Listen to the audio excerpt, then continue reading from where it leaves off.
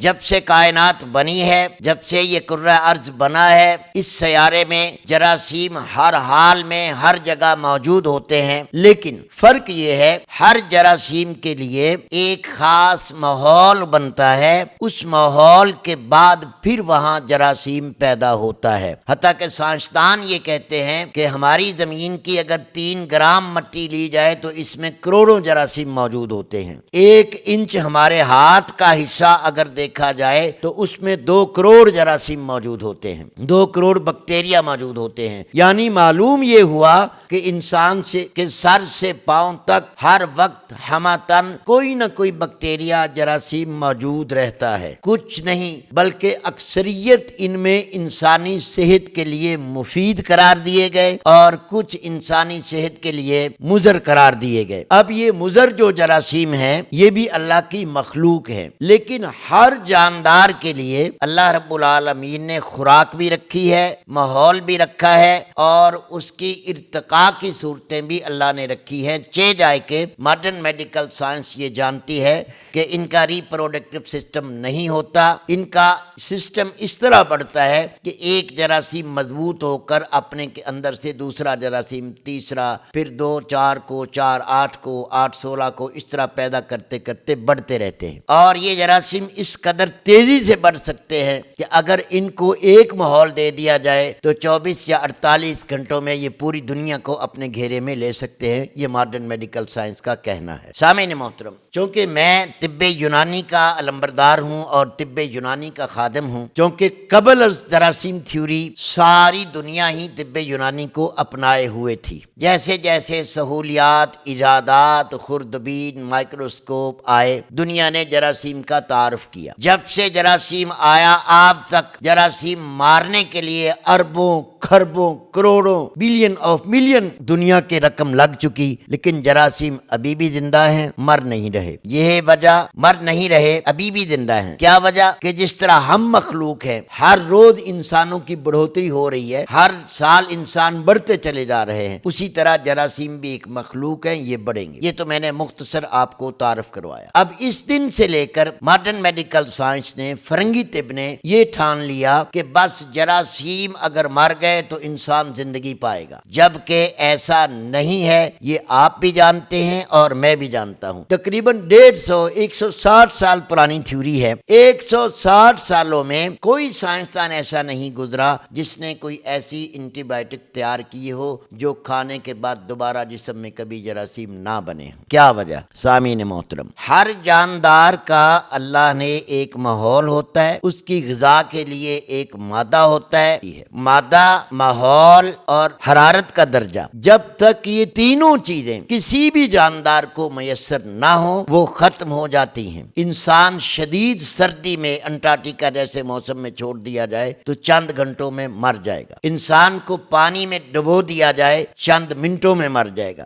انسان کو آگ میں پھینک دیا جائے چند سیکنڈوں میں جھلس کر تباہ ہو جائے گا۔ اسی ہی طرح کسی بھی جراثیم کو اپنی گروتھ، اپنی ترقی، اپنی ارتقاء کے لیے چاہے وہ جڑی بوٹیوں میں ماحول ملے، جانوروں میں ماحول ملے، رہائشوں میں ماحول ملے، برتنوں میں ملے، دودھ میں، کھیر میں، لسی میں، دہی میں، چاول میں، سالن میں، جہاں کہیں بھی ماحول ملے یہ جراثیم گروتھ کر جاتا ہے، کیونکہ جراثیم جو ہے یہ ہائیڈروجن اور ایسڈ سے بنتا ہے۔ کاربن اور ہائیڈروجن جب داخل ہو جاتے ہیں، جیسے ہم نے دودھ رکھا کچھ گھنٹے پڑا رہے، اعتدال سے حرارت جب بڑھے گی تو اس میں بیکٹیریا داخل ہو جائے گا، ایسڈ داخل ہو جائے گا، اس سے پھر ذرا ذرا بلبلے بنیں گے، ان بلبلوں سے پھر آگے ان کی بڑھوتری ہوگی، پھر جب بیکٹیریا پیدا ہو جائے گا پھر اس میں کھٹاس کی بو آئے گی۔ جب حد سے زیادہ پڑا رہے گا اسی دودھ کے اندر تیزاب جیسی، شراب جیسی بو آئے گی، پھر اس سے زیادہ جب وقت گزرے گا تو اس کے اندر کریمی کلر کے کیڑے پیدا ہو جائیں گے، آپ دیکھیں گے کہ وہ اسی طرح کا کیڑا پیدا ہو گیا۔ اسی طرح آپ نے دیکھا ہوگا بڑے جو کیڑے مکوڑے ہوتے ہیں، گھاس کے رنگ کے، پتوں کے رنگ کے، ٹہنیوں کے رنگ کے، یعنی ہر ماحول میں وہ اپنے آپ کو چھپانے کی کوشش کرتا رہتا ہے، یہ جراثیم ہے۔ اب جراثیم کی اقسام کیا ہے؟ اس میں فنگل بھی ہے، اس میں وائرس بھی ہے، اس میں بیکٹیریا بھی ہے۔ چونکہ بیکٹیریا بہت بڑا جو ہے اس کی قد و قامت ہے وائرس کے مقابلے میں، اگر بیکٹیریا جو ہے یہ ہاتھی کی شکل کا سمجھ لیا جائے تو وائرس جو ہے یہ چوہے کی شکل کا نظر آئے گا، یہ سائنس کہہ رہی ہے۔ یعنی وائرس جو ہے یہ بیکٹیریا سے بہت چھوٹا ہے، آج تک مائکروسکوپ میں بیکٹیریا کے سوا وائرس کو نہیں دیکھا گیا، اس لیے ماڈرن میڈیکل سائنس نے وائرل امراض کو لا علاج قرار دے دیا۔ اور بیکٹیریوں کو بھی یاد رکھیں، ماڈرن میڈیکل سائنس کور نہیں کر پا رہی، بیکٹیریل امراض کو بھی ماڈرن میڈیکل سائنس کور نہیں کر پا رہی، جس کے چند ثبوت میں دینے کے لیے تیار ہوں۔ تمام جلدی امراض ماڈرن میڈیکل سائنس عارضی کور کرتی ہے، مستقل نہیں۔ کیل، مہاسے، چھائیاں، تمام قسم کے چنبل، دھدر، خارش، پھوڑا، پھنسی، یہ تمام بیکٹیریل ہیں، یہ کور نہیں ہوتے۔ بواسیر بیکٹیریل ہے، کاٹ کے مسے پھینک دیں گے، کور نہیں کر پائیں گے۔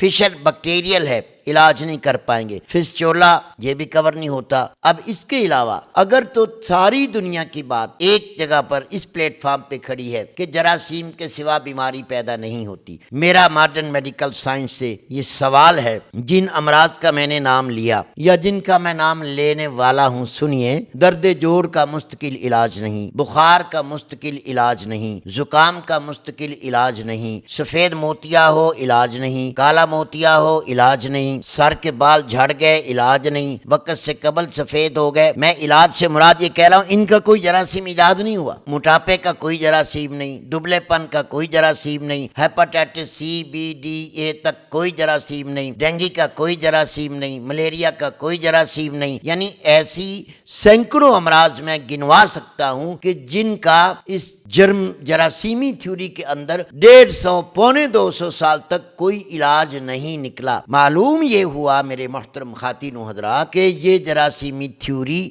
حق ہے، برحق ہے، مانتا ہوں۔ ہم طب یونانی والے کبھی جراثیم کا انکار نہیں کرتے، لیکن ہمارا جو نظریہ ہے وہ بھی انشاءاللہ میں آپ کے سامنے رکھتا ہوں۔ آپ ہزاروں مرضیں نظر میں لے آئیں، کئیوں کو لا علاج قرار دیا جا رہا ہے۔ ایڈز کا علاج کہاں ہے؟ ایڈز کا علاج ہے؟ نہیں آیا۔ ایچ وی آئی کا کوئی بھی علاج نہیں آیا ان پر، ایچ آئی وی کا کوئی بھی علاج نہیں آیا۔ وجہ جراثیم ہوتے تو نظر آ جاتے، کیونکہ وائرل کا، فنگل کا انہیں آج تک علاج کرنا نہیں آیا۔ تو سامعین محترم مزید آپ سنیے۔ سامعین محترم اگر ہم ان کی مار کر ہر چیز کو جراثیم کا وجہ سمجھ لیں، چوٹ لگنے میں کون سے جراثیم آتے ہیں، ڈوب جانے میں کون سے جراثیم آتے ہیں، جل جانے میں کون سے جراثیم آتے ہیں، گیس اور تبخیر اٹھنے میں کون سے جراثیم آتے ہیں، قبض میں کون سے جراثیم آتے ہیں، جب خون آتا ہے جسم سے تو وہاں کون سے جراثیم ہوتے ہیں، اس طرح دیگر آپ اور میں مل کر سوچیں تو سینکڑوں امراض ایسی ہیں جو 160-150 سال تک جراثیمی تھیوری آج تک اس کی تحقیق نہیں کر پائی۔ ایڈز کے خاص طور پہ ان کے پاس علاج نہیں ہے۔ بہت سارے امراض میں گنا سکتا ہوں، آپ کا وقت ضائع نہ ہو، میں نے اشارہ کیا۔ سامعین محترم یہ تو تھی وہ باتیں جو جراثیمی تھیوری کے ماتحت میں نے آپ کو بتا دیا کہ تقریباً 150 سال ہو چکا ہے اس تھیوری کو، وہ آج تک کن امراض میں ناکام ہیں، ان میں سے چند میں نے گنوا دی، اور ہزاروں امراض ایسے ہوں گے جو آپ کے مریض تڑپ تڑپ کر مر گئے لیکن یہ کور نہیں کر پائے۔ سینکڑوں ہزاروں انہوں نے اینٹی بائیوٹک بنائی لیکن وہ علاج نہیں کر پا رہے۔ معلوم کیا ہوا، علم کیا ملا، ابن طبیب آپ کو کیا بتا رہا ہے کہ جراثیمی تھیوری ٹھیک ہے لیکن جراثیم تمام قسم کے اینٹی بائیوٹک کو اب بے اثر کر چکے ہیں۔ اب یا تو ان کو اینٹی بائیوٹک کے لیے پوری دنیا چھاننی پڑے گی، ایک وقت آئے گا اس وقت بھی ان کی اینٹی بائیوٹک بے اثر ہو جائیں گی۔ میں ایڈوانس بتا رہا ہوں، جتنا مرضی زور لگا لیں، جب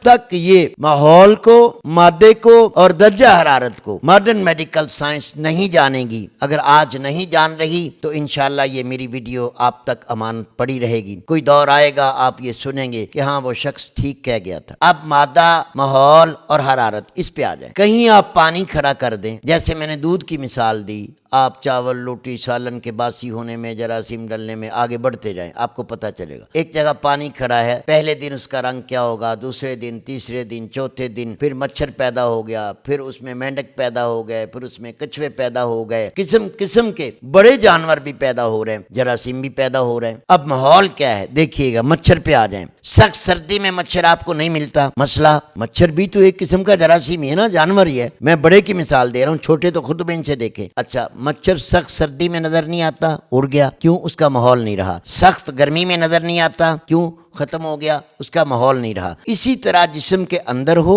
جسم کے باہر ہو, جانور کے اندر ہو یا جڑی بوٹیوں کے اندر ہو, کوئی بھی جرمز ہو, کوئی بھی جراثیم ہو, جتنا بھی چھوٹا ہو جو نظر آ رہا ہے, اس کا ماحول جب آپ بدل دیں گے تو وہ جراثیم مر جائے گا یا ختم ہو جائے گا. اب ماحول کیا ہے؟ انسان کے جسم کے اندر جب کہیں بھی کوئی جراثیم کی ابتدا ہوتی ہے, سامعین محترم سمجھ لیجئے, وہاں پر پہلے کاربن جمع ہوتا ہے. میں اپنی تھیوری کو چھوڑ کر ایک عام فہم زبان بتا رہا ہوں. جس جگہ پر بھی آپ کو سوزش کی ابتدا ہوگی, حضرت جالینوس رحمہ اللہ تعالی اور حضرت ابو علیہ سینا رحمۃ اللہ علیہ تعالی, ان کا قول ہے کہ جب آپ کے خون کی مجاری میں, یعنی جہاں سے خون گزر رہا ہے, اس جگہ پر جب کہیں بھی خون کی رکاوٹ ہوگی تو وہاں کاربن جائے گا, راستے بند ہوں گے, اور پھر وہاں سوزش, ورم, خارش, اس قسم کی انفلومیشن جسے آپ کہہ لیتے ہو, وہ چیزیں پیدا ہونا شروع ہوں گی. ان چیزوں کو, ان رکاوٹ کو دور کرنے کے لیے طبیعت مدبرہ بدن, قوت مدافعہ بدن,